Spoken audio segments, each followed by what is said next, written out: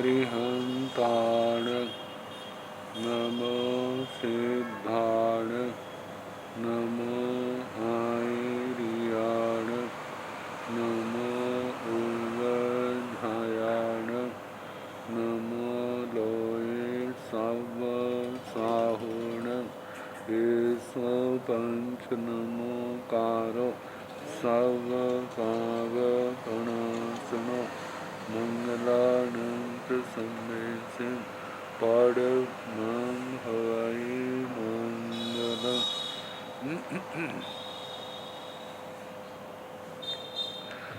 जिन शासन जिन वाणी सदा जयवंत हो, श्रवण संग सदा अविचल मंगल हो।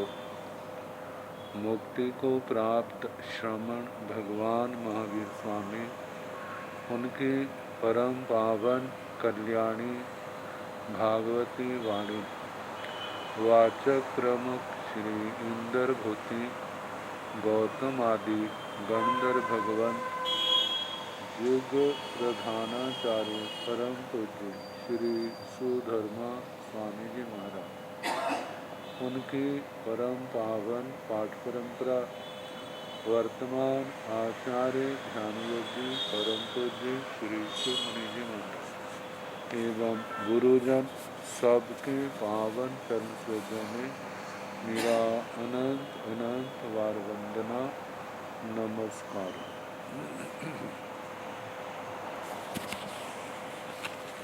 आगम परिषद में विराजमान वरिष्ठ मुनिराज, अन्य मुनिवृंद, परमादरणीय भगवती स्वरूपा महासाधु श्री व्याख्या प्रज्ञप्ति सूत्र,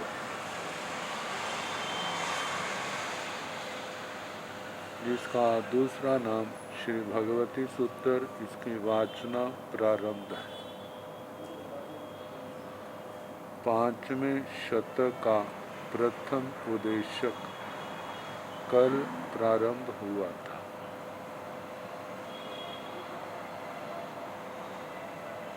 सूर्य को लेकर के तो समय से लेकर के मास तक सबका कि सूर्य कैसे ईशान कोण से, आग्नेय कोण की ओर, आग्नेय कोण से नैऋत्य, नैऋत्य से वायव्य, वायव्य से ईशान कोण की ओर गति करता है। मेरु पर्वत की परिक्रमा समय को लेकर के, जिस समय भारत में जो समय होता है, इरावत में भी वैसे। इधर दिन है भारत दक्षिणार्ध उत्तरार्ध, तो पूर्वार्ध पश्चिमार्ध में रात्रि। इनका परिमाण 12 मुहूर्त से 18 मुहूर्त, 18 मुहूर्त से 12 मुहूर्त तक ऐसे आता है। तो 2 मास तक ऋतु तक वर्णन हो गया था। अब इसके आगे जहाँ अयनेन अभिलाभो तहाँ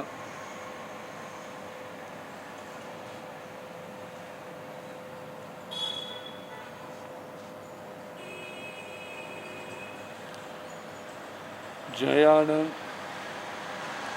जम्बू दीवे दीवे मंद्रस पव्यस दाहिणढ़े पड़मे अयने परिवज्जय तयाणम उत्तरढ़े भी पड़मे अयने परिवज्जय जहाँ समयेण अभिलाभ तहेव अयनेण भी भाणीयब्बो जाव अनंतर पच्छा कड़ समयंसी पड़मे अयने परिवन्ने भवे।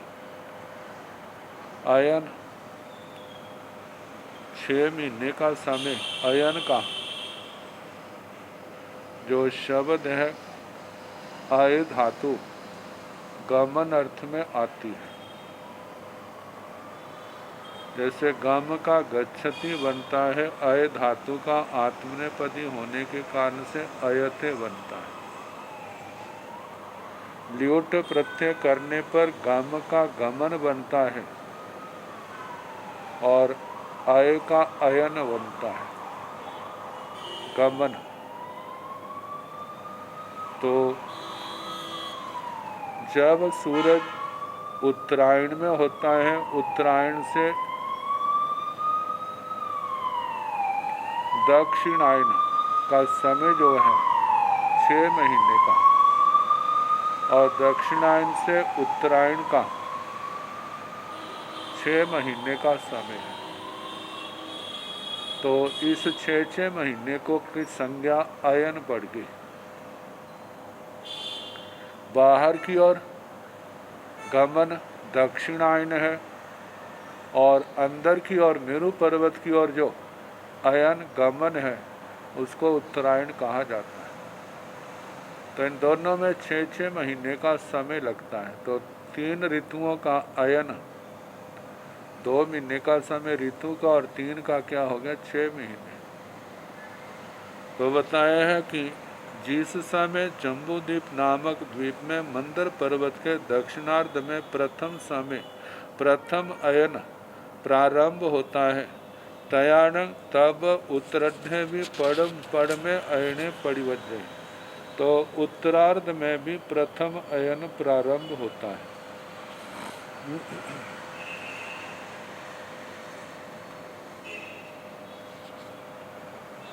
जहाँ समेण अभिलाभो तहेव अयणेन भी भाणी अपो।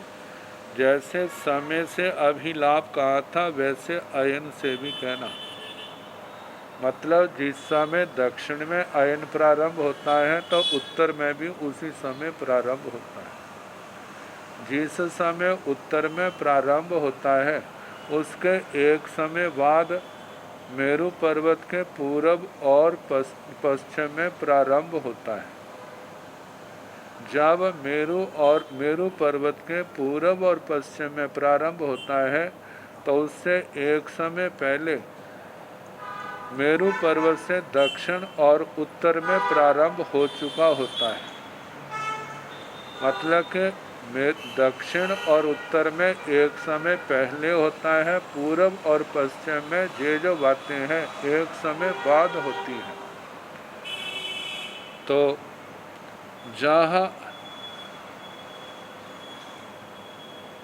जब अनंतर पच्छाकड़ समयांशी पड़ में अयने पड़ी बनने भवई। जिस समय पूरब और पश्चिम में अयन प्रारंभ होता है उससे एक समय पहले ही दक्षिण और उत्तर में अयन प्रारंभ हो चुका होता है। जहाँ अयनेन अभिलाभो तहाँ संवत्सरेण भी भाणी अपो। जैसे अयन का अभिलाभ कहा ऐसे संवत्सर का भी कहना। जिस समय संवत्सर का प्रारंभ दक्षिण में होता है उत्तरार्ध में भी उसी समय होता है। जिस समय उत्तरार्ध में संवत्सर का प्रारंभ होता है उसके एक समय बाद मेरु पर्वत के पूरब और पश्चिम में संवत्सर का प्रारंभ होता है। जिस समय मेरु पर्वत के पूरब और पश्चिम में संवत्सर का प्रारंभ होता है उससे एक समय पहले दक्षिणार्ध में और उत्तरार्ध में संवत्सर का प्रारंभ हो चुका होता है। मतलब कि दक्षिणार्ध और उत्तरार्ध में जिस समय होता है उससे एक समय बाद संवत्सर का प्रारंभ पूरब मेरु पर्वत के पूरब और पश्चिम में होता है। जुएण भी वासैण भी, ऐसे जुएण का मतलब युग। जिस समय दक्षिणार्ध में युग प्रारंभ होता है उसी समय उत्तरार्ध में प्रारंभ होता है। जिस समय उत्तरार्ध में प्रारंभ होता है उसके एक समय बाद मेरु पर्वत के पूरब और पश्चिम में युग का प्रारंभ होता है। जब पूरब और पश्चिम में प्रारंभ होता है दक्षिण उत्तर में एक समय पहले प्रारंभ हो चुका होता है। ऐसे युग 5 वर्ष का कहा जाता है। आगे वा सैण भी ऐसे शताब्दी व 100 वर्ष, इसका भी ऐसे कहना जब शताब्दी दक्षिणार्ध उत्तरार्ध में, दक्षिणार्ध में होती है, उत्तरार्ध में भी उसी समय जब उत्तरार्ध में होती है तो एक समय बाद मेरू पर्वत के पूर्व और पश्चिम में ग्रहण करना। जब मेरू पर्वत के पूर्व पश्चिम में होती है तो एक समय पहले दक्षिणार्ध उत्तरार्ध में प्रारंभ हो चुकी होती है। ऐसे 22 सहस्रेण भी 1000 वर्ष, सहस्रावधि जिसको कह देते हैं 1000 वर्ष। आगे 22 सहस्रेण ऐसे 1,00,000 वर्ष, लक्षावधि ऐसे पुब्बंगेण पूर्वांग, पुब्बेण भी पूर्व 84 लाख वर्षों का एक पूर्वांग और 84 लाख पूर्वांगों का एक पूर्व, मतलब काल का प्रारंभ भरत एरावत में 25 में होता है। तो मेरू पर्वत के दक्षिण और उत्तर में जिस समय होता है तो वह काल का प्रारंभ जो है मेरू पर्वत के पूर्व और पश्चिम में एक समय बाद होता है। जो मेरू पर्वत के पूर्व पश्चिम में प्रारंभ होता है वो उससे एक समय पहले दक्षिणार्ध और उत्तरार्ध में वो समय प्रारंभ हो चुका होता है।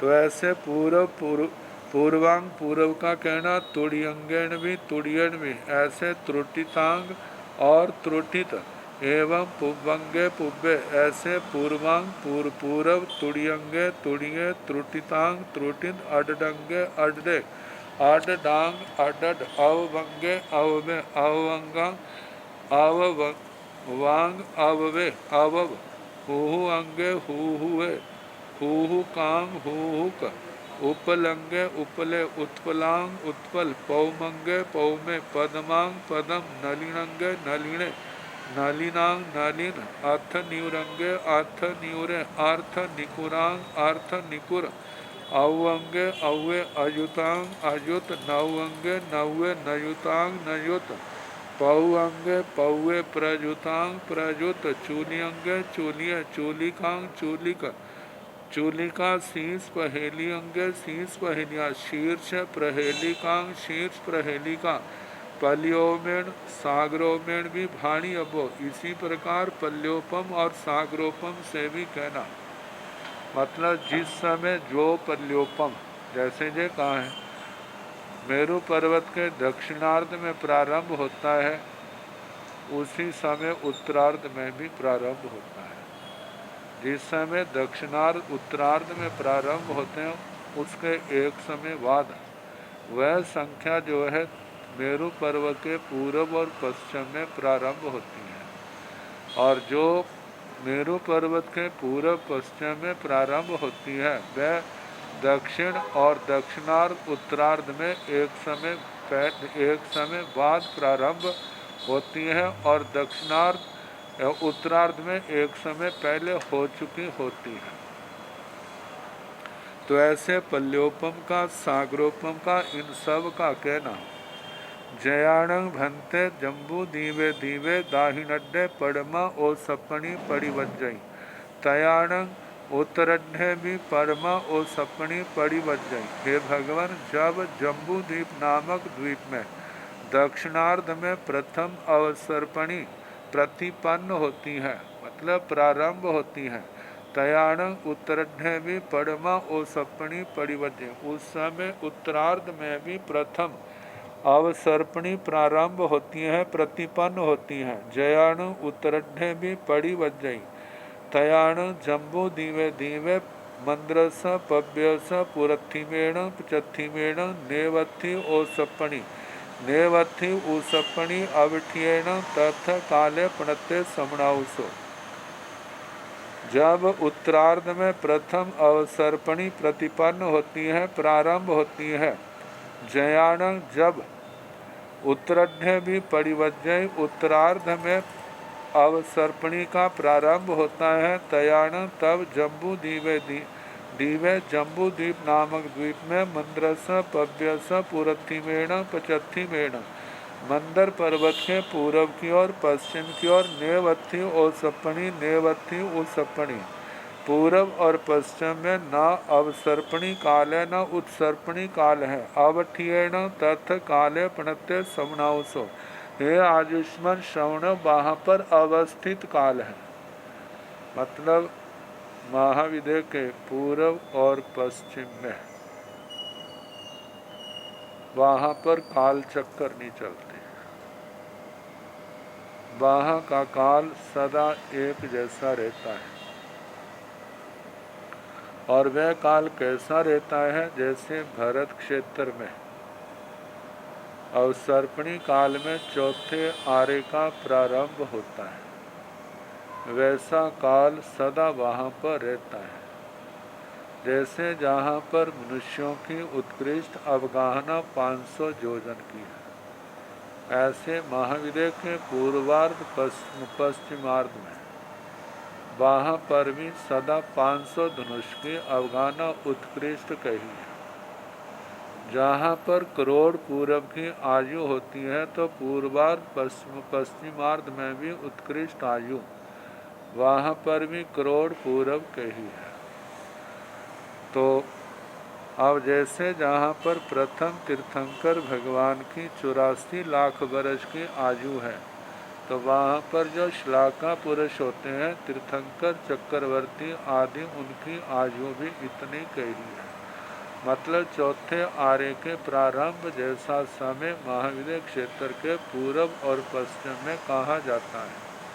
तो वहाँ पर जैसे जहाँ पहला दूसरा तीसरा 6 आरों का वर्णन आता है, ऐसा वहाँ पर घटना बढ़ना नहीं होता, सदा अवस्थित काल रहता है। तो ये पहले प्रश्न रूप में कहा, भगवान ने कहा हंता गोयमा तंचे जाव उच्चारे अब्बम, जाव सवनाउसो जहाँ ओ सपणिये आलावाओ भणियो, एवं ओ सपणिये भी भाणी अब्बो। हाँ गौतम, ऐसे ही उच्चारण करना कि जिस समय दक्षिणार्ध में अवसर्पणी काल प्रारंभ होता है, उस समय उत्तरार्ध में भी अवसर्पणी काल प्रारंभ होता है। जब उत्तरार्ध में अवसर्पणी काल प्रारंभ होता है तो मेरु पर्वत के पूरब और पश्चिम में वहाँ पर न अवसर्पणी काल है न उत्सर्पणी काल है, वहाँ तो सदा अवस्थित काल रहता है। और जहाँ वो सपणीय अलावा जैसे अवसर्पणी का अलाप कहाँ, एवं भणियो एवं उसपणीय भी भाणी अबो, इसी प्रकार उत्सर्पणी का भी आलाप कहना। जिस समय मेरु पर्वत से दक्षिणार्ध में उत्सर्पणी काल प्रारंभ होता है, उसी समय उत्तरार्ध में भी उत्सर्पणी काल प्रारंभ होता है। और जिस समय उत्तरार्ध में उत्सर्पणी काल प्रारंभ होता है, वैसे पहले समय तो आए थे पूर्व और पश्चिम में एक समय बाद प्रारंभ होते हैं, लेकिन जहाँ पर उत्सर्पणी अवसर्पणी के लिए एक जैसा है, वहाँ पर अवसर्पणी और उत्सर्पणी काल नहीं होते, वहाँ पर सदा अवस्थित काल रहता है, ऐसा कहना चाहिए। ये तो जम्बू द्वीप का कहा। अब लवण समुद्र का। लवणेन भंते समुद्रे सूर्या उदीन पायिन, मोगच्छ जथेव जम्बूदीव सवतव्या भणिया, सचे सब्बा अपरिशेष्या। लवण समुद्र सभी भाणी अब्बा, नवरंग अभिलाभो इमो नियब्बो। जयान भंते लवण समुद्रे, दाहिनढ़े दिल से भवै तंग चेव जाव। तयान लवण समुद्रे पूरथिम पचथि मेण, राई भवै एण अभिलावेण नेयब्बं। जयान भंते लवण समुद्रे, दाहिनढ़े पड़मा ओ सपणी, परिवज्जाई तयान उत्तरढ़े पड़मा ओ सपणी परिवज्जाई। जयान उत्तरढ़े पड़मा ओ सपणी परिवज्जाई। तयानं लवण समुद्रे पुरथिम पचथिमेण नेवथि ओसपणि नेवथि उसपणि समणाउसो हंत गोयम जाव समणाउसो। लवण समुद्र का वर्णन किया है, जिसका वर्णन जीवाभिगम में बड़े विस्तार के साथ आया था। लवणेन भन्ते समुद्रे सूर्या उदीर्ण पायनम उगच्छ। हे भगवान, लवण समुद्र में भी ऐसा होता है कि सूर्य ईशान कोण से जैसे उदय में आते हैं, आग्नेय कोण की ओर उनका अस्त मतलब गमन होता है। आग्नेय कोण से नैऋत्य कोण में, नैऋत्य कोण से वायव्य कोण में, वायव्य कोण से ईशान कोण में, ऐसे सूर्य का भ्रमण होता है। जम्बू द्वीप के सूर्य अलग हैं, लवण समुद्र के अलग हैं। जम्बू द्वीप में तो 2 सूर्य हैं, लवण समुद्र में 4 सूर्यों का वर्णन आता है। तो जचे जम्बू दिवस वतव्या भाणिया सचे सब्बा अपरिशेष्या लवण समुद्र सभी भाणीय। जो जम्बू द्वीप की वक्तव्यता कहीं वही सारी की सारी लवण समुद्र की वक्तव्यता कहनी चाहिए। नवरंग अंतर इतना है, अभिलाभो इमो नियमो जे अभिलाप जानना चाहिए। जयाणु भंते लवण समुद्र दाहिनड्डे दिवसे भवई तंग छे। हे भगवान, जब लवण समुद्र के दक्षिणार्ध में दिवस होता है तंग छे जाव तयान लवण समुद्र पुरथिम पचथिमेण राई भवई एण अभिलावेन नियम।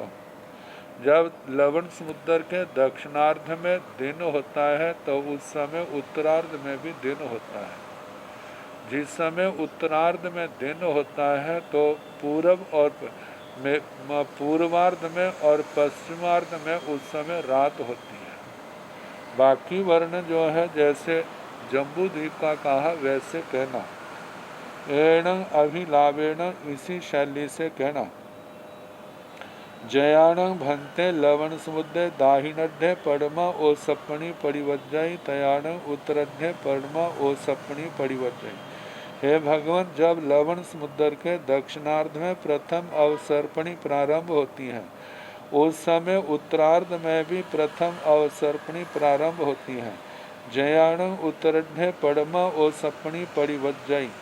जब उत्तरार्ध में प्रथम अवसर्पणी प्रारंभ होती है तयाण तब लवण समुद्र पुरथि पचथिमेण नेवथि ओसपणी नेवथि ओसपणी समणाउसो। हे भगवान, तब लवण समुद्र में के पूर्व और पश्चिम में न अवसर्पणी है न उत्सर्पणी है। तो मतलब जैसे क्या वहाँ अवस्थित काल होता है हंता गोयमा जाव समणाउसो। हाँ गौतम, इसी प्रकार कहना हे आयुष्मान श्रमण जैसे जम्बू द्वीप का अधिकार कहा। धायाई संडेण भंते दीवे सूर्या उदीर्ण पायण मुगच्छ जहेव जम्बू दिवस वतव्या भणिया सचेव धायाई संड सभी भाणियब्बा नवरंग इमेण अभिलावेण सभ्य आलावगा भाणियब्बा।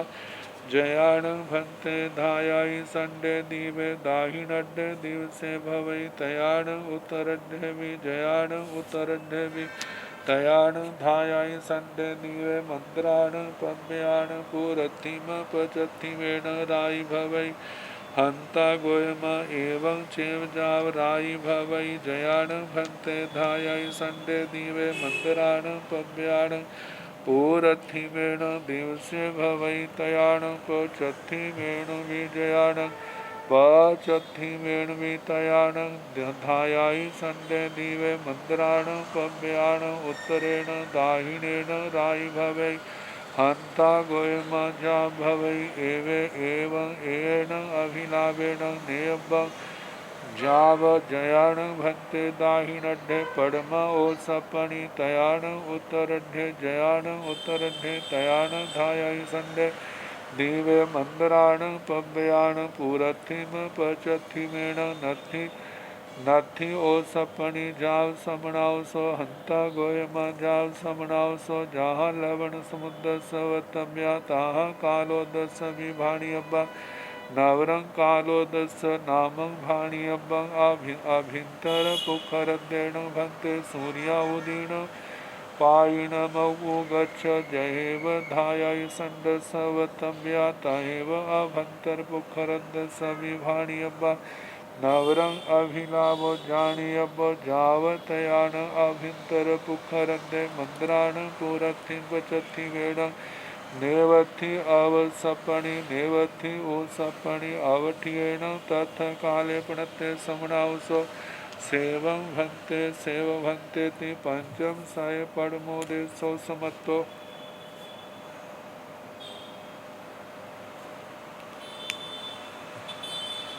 धात्की खंड और पुष्करार्ध में सूर्योदय। धायाई संडेण भंते दीवे सूर्या उदीन पायणम उगच्छा। हे भगवत, धात्की खंड में, धात्की खंड नाम के द्वीप में सूर्य ईशान कोण से आग्नेय कोण की ओर, आग्नेय कोण से नैऋत्य कोण की ओर, नैऋत्य कोण से वायव्य कोण की ओर, वायव्य कोण से ईशान कोण की ओर बढ़ते हैं। और मेरू पर्वत से, जैसे वहाँ के मेरू पर्वत हैं उसके अनुसार उनकी वहाँ पर गति होती है। जय धात्की खंड के पूर्वार्ध में भी मेरू पर्वत है और पश्चिमार्ध में भी मेरू पर्वत है। जो वक्तव्यता जम्बू द्वीप की कही वैसी वक्तव्यता वहाँ पर भी चलती है। तो वहाँ पर भी मेरू पर्वत के अनुसार दक्षिणार्ध, उत्तरार्ध, पूर्वार्ध और पश्चिमार्ध आते हैं। तो बताया कि जैसे धात्की खंड द्वीप में सूर्य ईशान कोण से मतलब आते हैं उदय होकर के आग्नेय कोण की ओर, उनका बढ़ना होता है आग्नेय कोण से नैऋत्य कोण की ओर, जिसको हम सामान्य भाषा में अस्त कह देते हैं। तो ईशान कोण से आग्नेय कोण, आग्नेय कोण से नैऋत्य कोण, नैऋत्य कोण से वायव्य कोण, वायव्य कोण से ईशान कोण की ओर बढ़ना होता है सूर्य का। तो जाहेव जम्बू दिवस वक्तव्या, जैसे जम्बू द्वीप की वक्तव्यता भणिया कही है, सचेव धाई संडस भी भाणियब्बा, धात्की खंड की भी बेही वक्तव्यता कहनी। नवरंग इमेण अभिलावेण सभ्य अलाभगा भणी अब्बा। अंतर इतना है कि इस अभिलाव से मतलब जहाँ पर धात्की खंड शब्द का प्रयोग करना वहाँ पर जम्बूद्वीप किया था, जम्बूद्वीप के स्थान पर धात्की खंड का शब्द का प्रयोग होगा। कहना चाहिए जयाण भंते धायाई संडे दीवे दाहिणड्डे दिवसे भवई तयाण उत्तरड्ढे भी, जयाण उत्तरड्ढे भी तयाण धाये संडे दीवे मंद्राण पव्याण पूरथि पचथिमेण राय भवई। हे भगवान, जब धात्की खंड द्वीप में दक्षिणार्ध में दिवस होता है उस समय उत्तरार्ध में भी दिवस होता है। जब उत्तरार्ध में दिवस होता है तब धात्की खंड के मंदर पर्वत के पूर्व और पश्चिम में रात्रि होती है। जयाण भंते धाय हंता गोयमा एवं चे जाव राय भवई। हाँ गौतम, इसी प्रकार कहना कि जब धात्की खंड के दक्षिणार्ध में दिवस होता है तब उत्तरार्ध में भी दिवस होता है। जब उत्तरार्ध में दिवस होता है तो धात्की खंड के द्वीप में मंदर पर्वतों के पूर्व और पश्चिम में रात्रि होती है। जयाण भंते धायाय संडे दीवे मंद्राण पव्याण पूरथिमेण दिवसे भवई तयाण पचथि मेणवी। हे भगवान, जब धात्की खंड द्वीप में मंदर पर्वत के पूर्व की ओर दिवस होता है तब पश्चिम की ओर भी दिवस होता है। जयाण पचथि मेणवी तयाण धाई संडे दीवे मंद्राण पव्याण उत्तरेण दाहिनेण राय भवई। जब मेरू पर्वत के पश्चिम की ओर दिन होता है तब धात्की खंड द्वीप में मंदर पर्वत के उत्तर और दक्षिण की ओर रात्रि होती है। हंता गोयमा जा भवाई एवं एण अभिलावेण नेयबं जाव। हाँ गौतम, इसी प्रकार कहना, इसी आलापक से धात की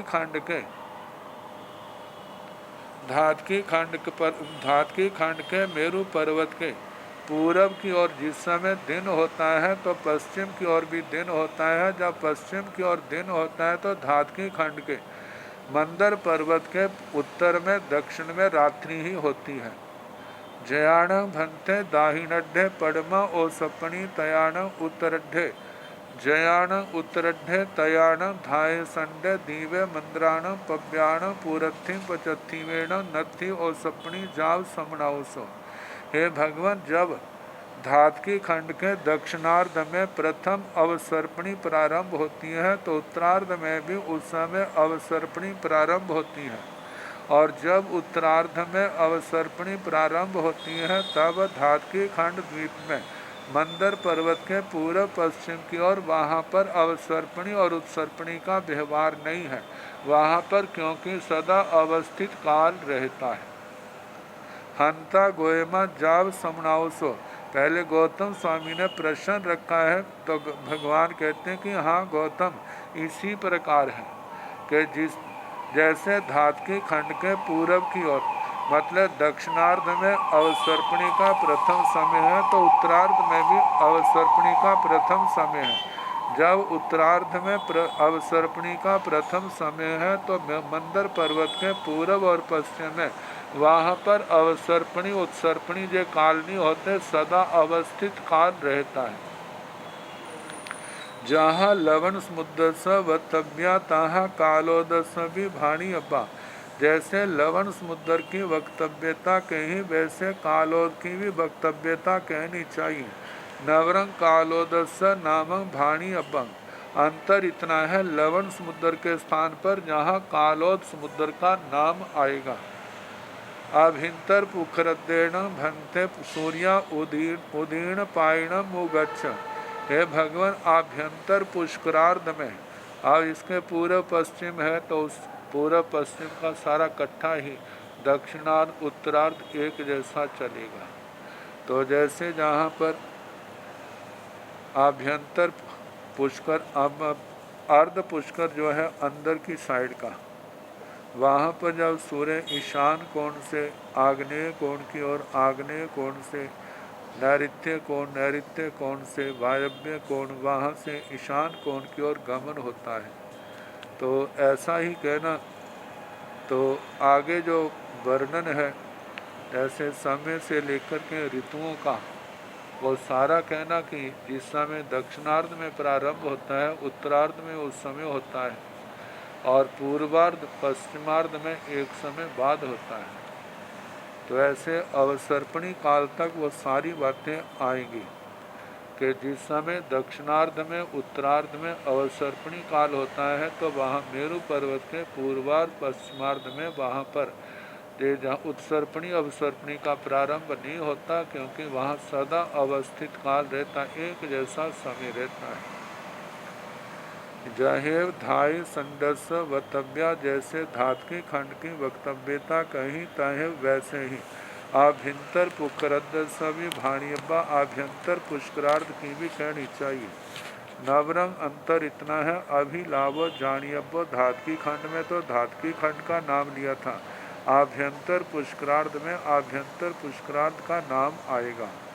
जाव तयाण अभ्यंतर पुखरद्दे मंद्राण पूरथि पचत्थिवेण नेवत्थि अवसपणी नेवत्थि उवसपणी ओ सपणी अवठियेण तथ काले पणत्ते समणावसो।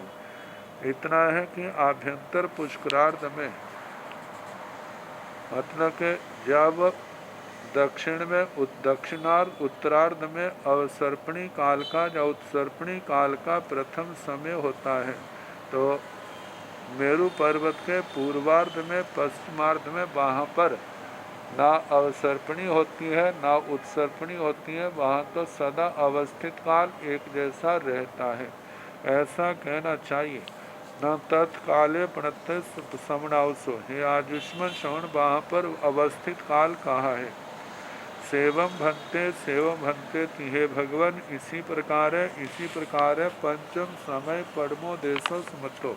5वें शतक में प्रथम उदेशक समाप्त।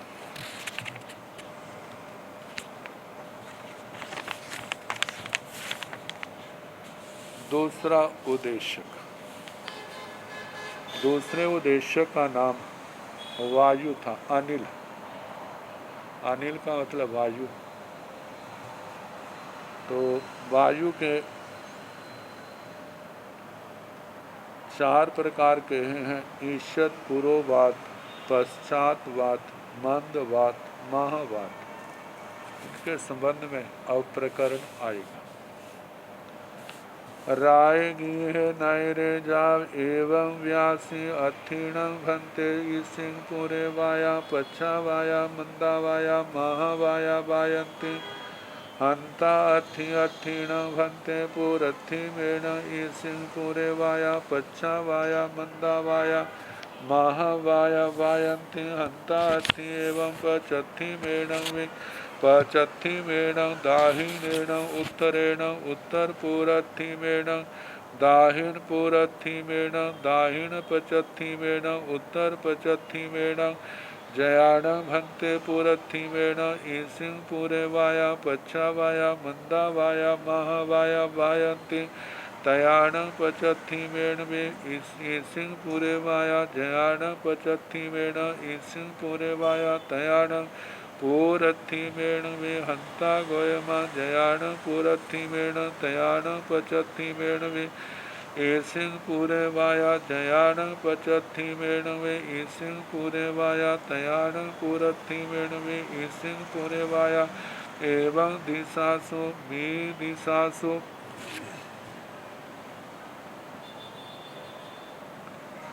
रायगीह नैरे जाव एवं व्यास। राजगिरी नगर, गुणशीलक चैत्य, भगवान का पदार्पण और जनता का आना, धर्म देशना होना, चले जाना। प्रथम गणधर श्री इंद्रभूति गौतम स्वामी का भगवान के चरणों में आना और प्रश्नोत्तर करना। तो भगवान के चरणों में आकर के उनकी पर्युपासना करते हुए कहने लगे, रायगीह नैरे जाव एवं व्यासी अथीण भंते ईसिंग पूरे वाया पच्छा वाया मंदा वाया महावाया। हे भगवान, ईसिंग पूरे वाया ईशत पुरोवात। दूसरी पच्छा वाया, पच्छा का मतलब पश्चात भी होता है और पच्छा की छाया पथ्या भी होती है। पथ्या मतलब हितकारी। मंदा वाया मंद वायु, मंद वात। महावाया महावात। वायंती क्या जे हवाएं बहती हैं, चलती हैं। हंता अथि हाथ चलती है। अब इन वायुओं का क्या स्वरूप है इसका बताएं। ईषद पुरोवात, स्वल्प ओस आदि की संदिग्धता से युक्त वायु को ईषद पुरोवात कहते हैं। इसको हम कह सकते हैं सुबह के समय चलने वाली हवा, ईषद पुरोवात। क्योंकि उस समय ओस आदि सूर्य निकलने के समय, सूर्य निकलने से पहले उसमें शीतलता होती है। दूसरी है पच्छा वाया पथ्यवात, वनस्पति आदि के लिए लाभदायक और हितकर वायु को पथ्यवात कहते हैं। तीसरी है मंदा वाया, धीरे धीरे चलने वाली वायु को मंदवात कहते हैं। महावाया महावात उदांड प्रचंड तूफानी वायु को, हवा को महावात कहा जाता है। इन 4 प्रकार की हवाओं के संबंध में पूछा है क्या जे बहती हैं। भगवान ने उत्तर दिया हंता अथि हाँ गौतम, जे बहती हैं। अथीण भंते पुरथिमेण ईसिंग पूरे वाया पच्छा वाया मंदा वाया महावाया वायंती। है भगवान, क्या पूरब की ओर भी ईशत पुरोवात पथ्यावात मंदवात महावात ये चलती हैं। चार प्रकार की हवाएं हंता अथी हाँ चलती हैं। एवं पचत्थी मेणं इस प्रकार पश्चिम की ओर दाहिनेण दक्षिण की ओर उत्तरेण उत्तर की ओर उत्तर पुरथिमेण ईशान कोण की ओर दाहिने पुरथिमेण आग्नेय कोण दाहिण पचत्थीमेण नैऋत्य कोण उत्तर पचत्थीमेण ईशान कोण में इधर भी हवाएं चलती हैं। जयाण भंते पुरथिमेण ईसिंग पुरे वाया पच्छा वाया मंदा वाया महावाया वायंती। तयाण पचत्थीण में पचत्थी मेण भी ईसिंग पुरे वाया जयाण पचत्थी मेण ईसिंग पुरे वाया तयाण पुरथी मेण।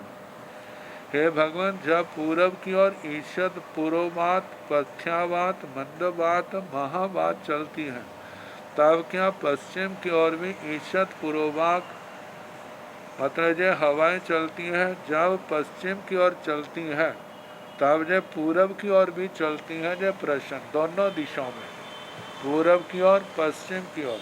हंता गोयमा हाँ गौतम जयाण पुरथिमेण तयाण पचत्थी मेण भी ईसिंग पूरे वाया। हाँ गौतम, जब पूरब की ओर चलती है तब पश्चिम की ओर ये चारों प्रकार की हवाएं मतलब ईशद पुरोवात या पथ्यवात मंदवात महावात आदि चलती है। जयाण पचत्थीमेण भी ईसिंग पुरे वाया तयाण पुरथिण भी ईसिंग पुरे वाया एवं दिशासु विदिशासु। जब पश्चिम की ओर ईशद पूर्ववाक आदि चलती हैं तब पूरब की ओर भी चलती हैं। जैसे दिशाओं का कहा ऐसे विदिशाओं का भी कहना।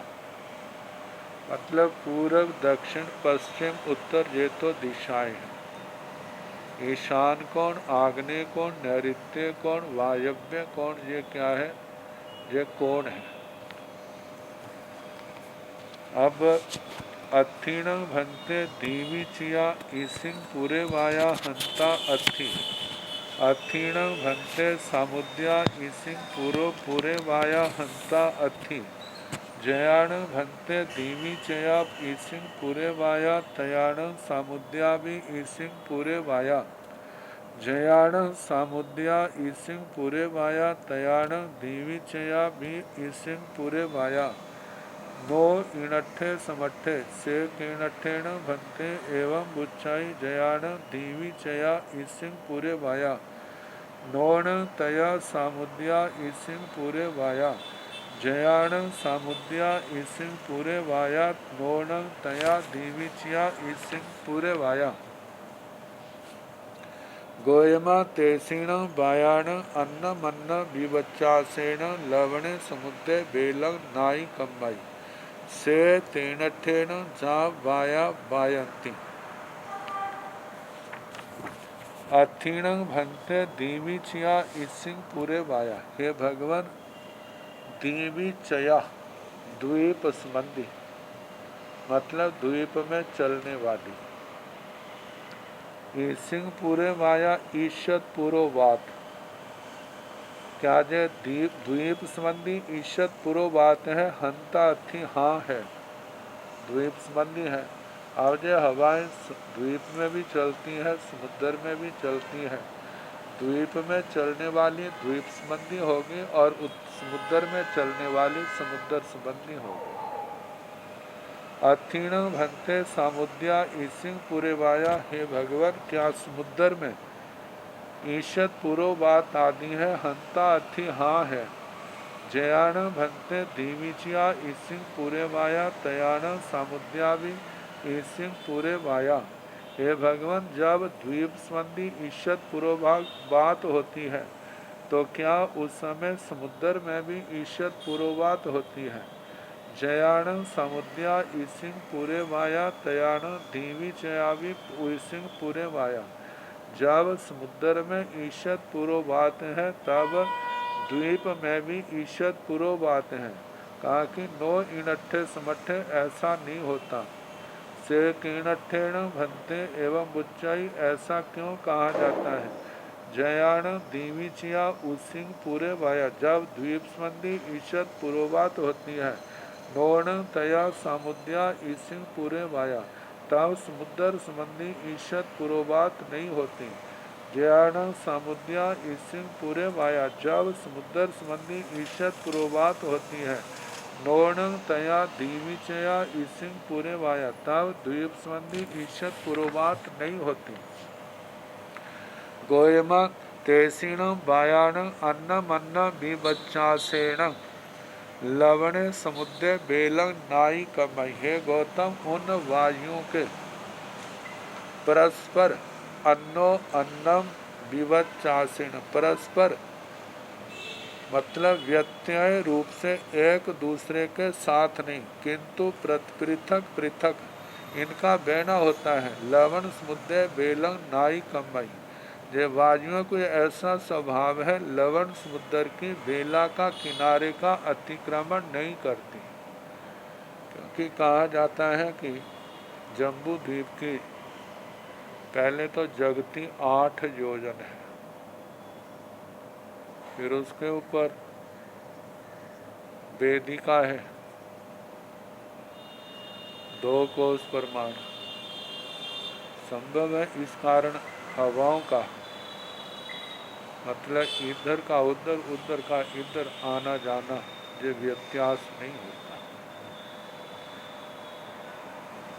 से 3 अट्ठेन जा बाया वायंती इसलिए ऐसा कहा जाता है कि रूप ये ऐसे समुद्र की बेला का उल्लंघन नहीं होता। इस कारण पूर्वोक्त रूप से जो वायु बहती है।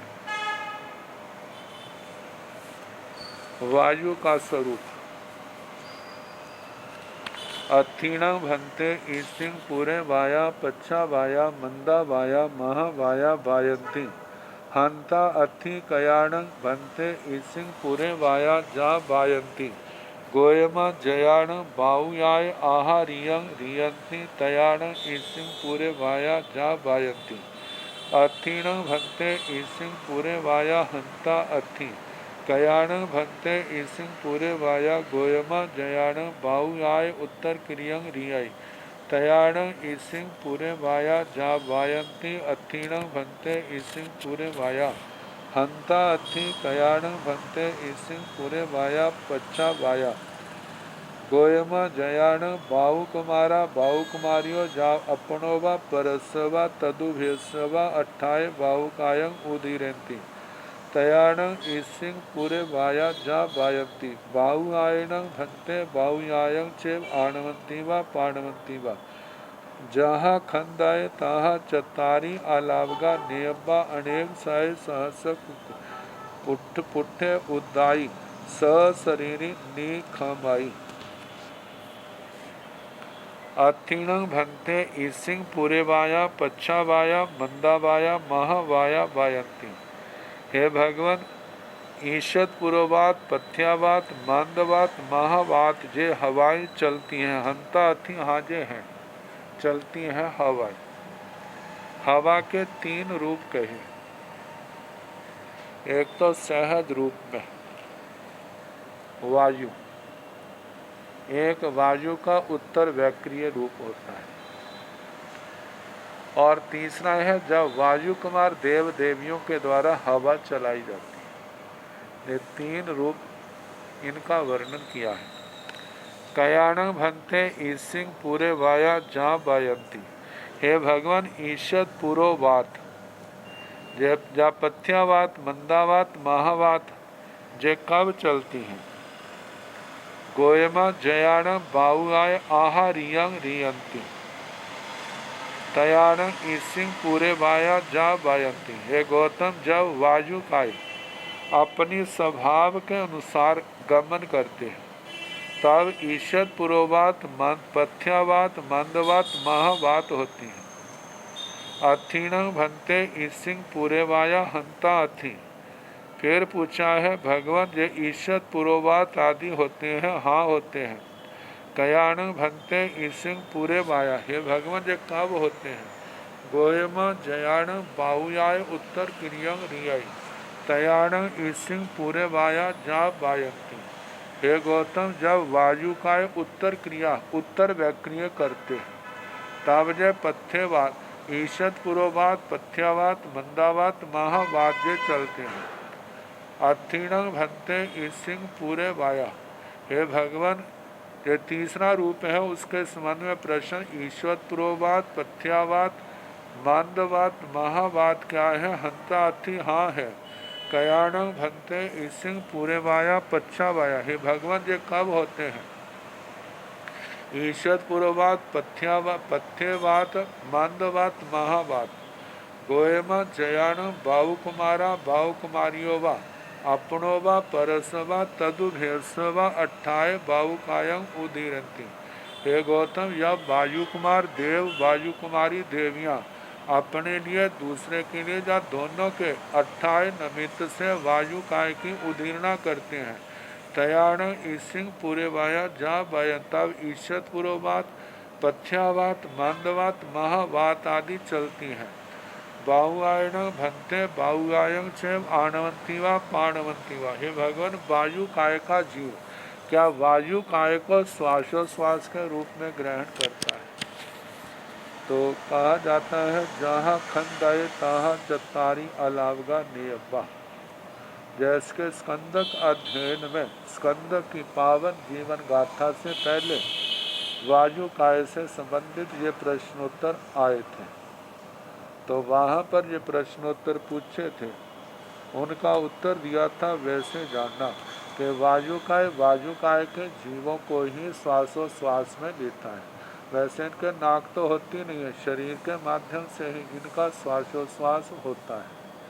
और जो श्वासोश्वास के पुद्गल है अचित पुद्गल श्वासोश्वास वर्गणा के वायु काय के जीव ही जिनकी डेथ मृत्यु हो गई है, जब पुद्गल परिवर्तन के साथ पुद्गल के गुण के अनुसार वे बिखरने लग जाते हैं, छोटे छोटे टुकड़ों में हो जाते हैं, तो वो जो बारीक सूक्ष्म टुकड़े हैं वे ही वायु काय के या दूसरे स्थावरों के श्वासोश्वास का साधन बनते।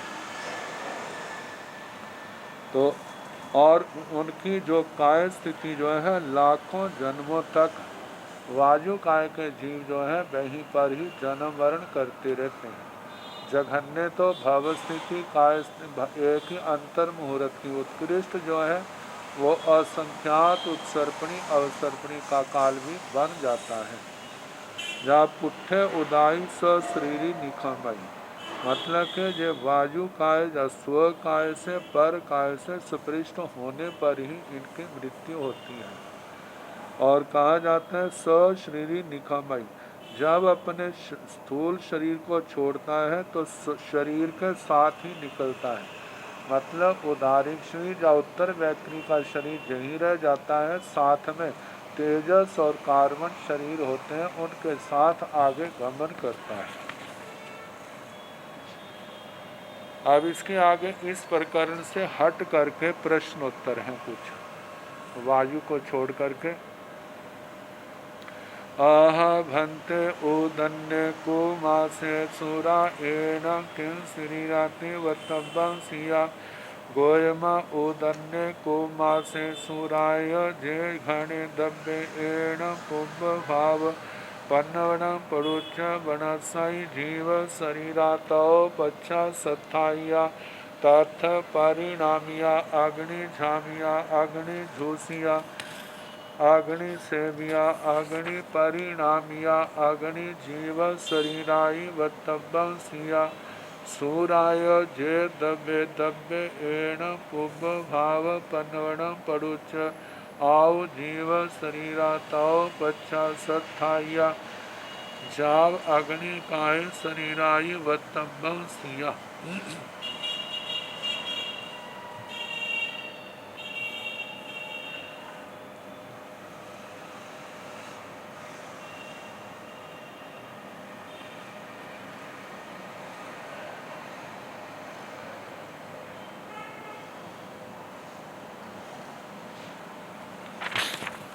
आह भंते हे भगवान ओदन्य, ओदन, ओदन का मतलब चावल। कुम मास से कुल मास, सूरा, सूरा श्राम को कहते हैं। एण किंग शरीराति वर्तभंसिया,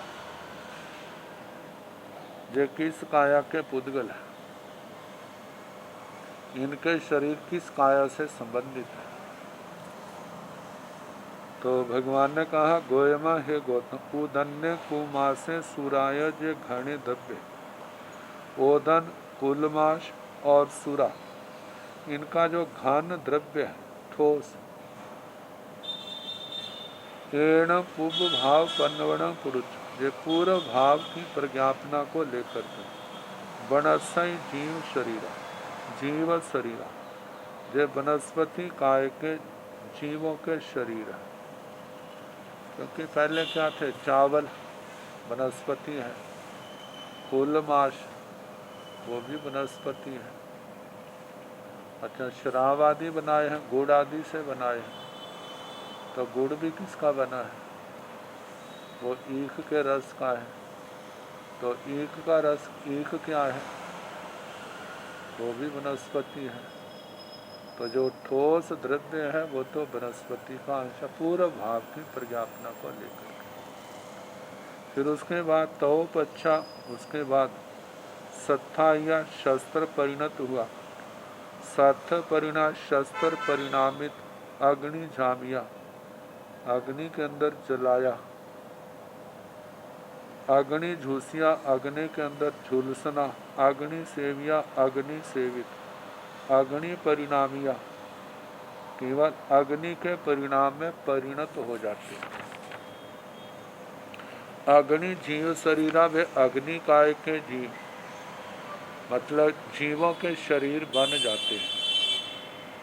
सुराय जे दवे दब्बे, सुरा का जो तरल द्रव्य है, एण पुब भाव पन्नवण पुरुष, जे पूर्व भाव की प्रज्ञापना को लेकर के, आओ जीव शरीरा, जे अपकाय के शरीर। क्योंकि पानी डाला, पानी है वो किसका शरीर है, वो तो अपकाय का है। तो पच्छा सत्ता या, उसके बाद शस्त्र परिणत आदि हुए, अग्नि के अंदर एकदम उबाल दिया है, तो वो जो उबला हुआ अग्नि काय शरीरा, अग्नि काय का शरीर बना।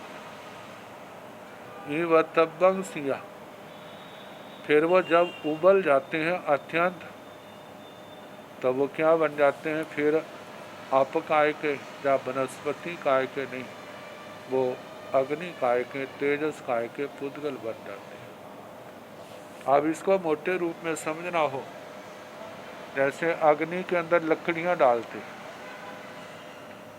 अंगारे बन गए, अंगारों के बाद राख बन गए। आप पूछा जाए जो राख किस काया के पुद्गल है, तो इसमें दो रूप आएंगे। एक तो राख अग्नि से पहले का रूप, और एक वर्तमान का।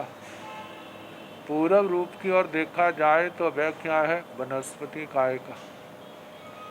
ये लकड़ी की है तो वनस्पति काय का आएगा। अच्छा, मानो जो खान से निकले हुए कोयले हैं, जो वो कोयले जो है वो किसका रूप है, वो पृथ्वी काय का रूप है। और जिस समय अग्नि के अंदर उनको जला दिया, अंगारा बन गया, तो अंगारा बनने पर वो क्या हो गए, तेजस काय के जीव। जब तेजस काय के जीव, क्योंकि तेजस काय जीव है, उसको ऑक्सीजन की ज़रूरत पड़ती है, मिलती रहती है, उसका आहार मिलता रहता है, तो वो अग्नि जलती रहती है। जिस समय आहार और ऑक्सीजन मिलना बंद हो जाती तो वो क्या हो जाती है, बुझ जाती। तेजस काय का रूप बन गया। जब वो तेजस काय का रूप बन गया, अब बुझने के बाद जब राख बन गई, वो अंगारे या राख वो किस काया के पुद्गल है। और जब अंगारा अग्नि का रूप है तो वह तेजस काय के जीव, उनके शरीर जब बुझ के राख बन गए, जब कोयले बन गए बुझ करके, अब वो किस काया के पुद्गल हैं। अब इस समय वो राख है, जब वो कोयला है बुझा हुआ, वो तेजस काया का रूप है, वो तेजस काय के पुद्गल है। तो ये दो रूप आए, एक इनसे पूर्व का और एक उसके बाद का। अब पानी है, पानी पूर्व जो इन चीज़ों का पानी है, जैसे सुरा का श्राव का पानी कहा, जो पानी है पूर्व की अपेक्षा से तो अपकाय का रूप है, लेकिन जब उसको अत्यंत उबाला गया है, भाप निकली है, तो उस समय वो अग्नि काय का रूप बन गया, तेजस काय का। और उसके बाद जब अचित हो जाता है तो फिर वो तेजस काय के पुद्गल कहलाते हैं। अब इसके आगे लोहा, तांबा, त्रपुष, रांगा, शीशा, उपल, कसठिया धातुओं आदि का भी वर्णन आएगा। तो जैसे कल जैसे समय होगा उसके अनुसार इनका वर्णन किया जाएगा।